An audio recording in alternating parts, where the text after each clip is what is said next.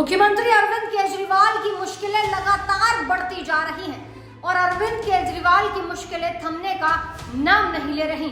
हाल ही में अरविंद केजरीवाल ने high court का दरवाजा खटखटाया है और ये कहा है कि उनको बेल दे दी जाए। बता दें कि हाल ही में दिल्ली में जब लोकसभा चुनाव हुए तो एक मुद्दा बहुत गरमाया जो था शराब घोटाले का, और इसी मामले की वजह से ईडी ने अरविंद केजरीवाल को हिरासत में ले लिया था। लेकिन अब अरविंद केजरीवाल ईडी की हिरासत में न होकर सीबीआई की हिरासत में है, जो कि उनके लिए और मुश्किल होता जा रहा है। आगामी विधानसभा चुनाव के लिए भी अरविंद केजरीवाल बेहद परेशान नजर आ रहे हैं, क्योंकि वो जेल में रहते हुए तो अपना प्रचार नहीं कर सकते, अपनी पार्टी का प्रचार नहीं कर सकते। हालांकि जेल के अंदर से वो सरकार जरूर चला रहे हैं।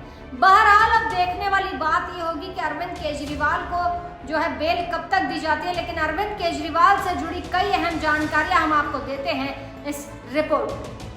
दिल्ली के मुख्यमंत्री अरविंद केजरीवाल की मुश्किलें कम होने का नाम नहीं ले रही, बल्कि लगातार बढ़ती जा रही हैं। 21 मार्च से अरविंद केजरीवाल ईडी की हिरासत में थे, जेल में बंद थे 21 दिन के लिए। चुनाव प्रचार के दौरान भले ही सुप्रीम कोर्ट से उन्हें अंतरिम जमानत मिली थी, लेकिन उसके बाद फिर से वो 2 जून को वापस चले गए थे तिहाड़ जेल में, और उसके बाद से 25 जून को इस मामले में एक अजीबोगरीब घटना घटी जब राउज एवेन्यू कोर्ट ने अरविंद केजरीवाल की जमानत को मंजूर कर लिया और कुछ शर्तों के आधार पर अरविंद केजरीवाल को रेगुलर बेल दे दी।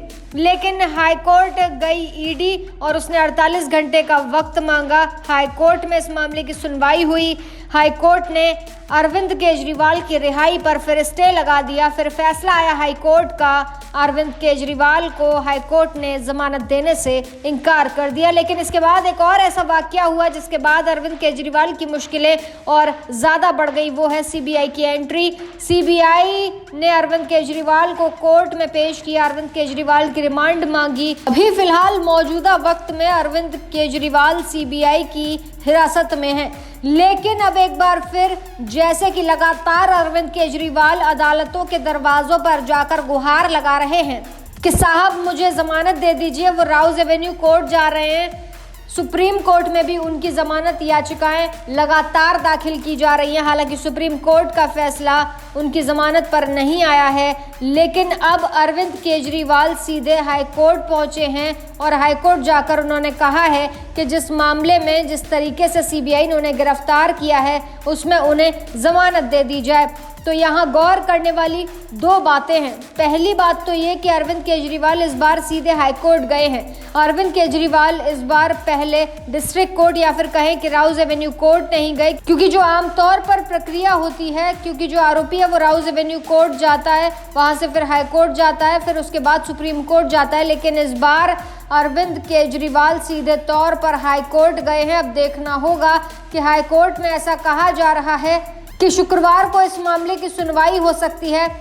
क्या अरविंद केजरीवाल को राउज एवेन्यू कोर्ट किस तरीके से जमानत देगी या नहीं देगी, या फिर बड़ी बात ये कि अरविंद केजरीवाल अगर कानूनी पहलुओं को देखें तो कानूनी जानकारों की अगर माने तो अरविंद केजरीवाल अब ईडी से भी ज्यादा फंस चुके हैं, क्योंकि सीबीआई के पास 338 करोड़ का जो मनी ट्रेल है उसके बारे में सुप्रीम कोर्ट में सीबीआई कह चुकी है कि हमने 338 रुपए का मनी ट्रेल पकड़ लिया है, और सुप्रीम कोर्ट भी ये मान चुका है कि प्रथम दृष्टया ये देखने पर लगता है कि अरविंद केजरीवाल इसमें दोषी हैं और 338 करोड़ का मनी ट्रेल सीबीआई के हाथ लगा है। कानूनी जानकारों का ये भी कहना है कि अरविंद केजरीवाल अब सीबीआई वाले मामले में बुरे तरीके से फंसने वाले हैं और वो लंबे वक्त तक जेल से बाहर नहीं आने वाले हैं। आने वाले वक्त में दिल्ली में विधानसभा चुनाव भी होने हैं, जिसके लिए अरविंद केजरीवाल जो झटपटाहट उनकी ज़्यादा देखी जा रही है, क्योंकि चुनाव प्रचार अरविंद केजरीवाल को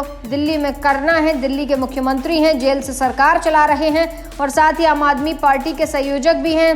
अरविंद केजरीवाल एक बार फिर से हाईकोर्ट के दरवाजे पर गिड़गिड़ाने के लिए पहुंच गए हैं कि साहब जमानत दे दीजिए। लेकिन हाईकोर्ट क्या रुख अख्तियार करता है ये तो वक्त ही बताएगा। क्या जमानत मिलेगी या नहीं, ईडी और सीबीआई के मामले में अभी जमानत पर फैसला नहीं आया है, तो दोनों तरफ से अरविंद केजरीवाल के लिए फिलहाल दरवाजे बंद हैं। देखने वाली बात ये होगी कि दरवाज़ा खुलता है या फिर बंद ही रहता है। आपका क्या कुछ कहना है इस खबर पर, हमें कमेंट सेक्शन में ज़रूर बताइएगा। ऐसी ताज़ा तमाम बड़ी अपडेट्स के लिए आप देखते रहें अपना उत्तर प्रदेश।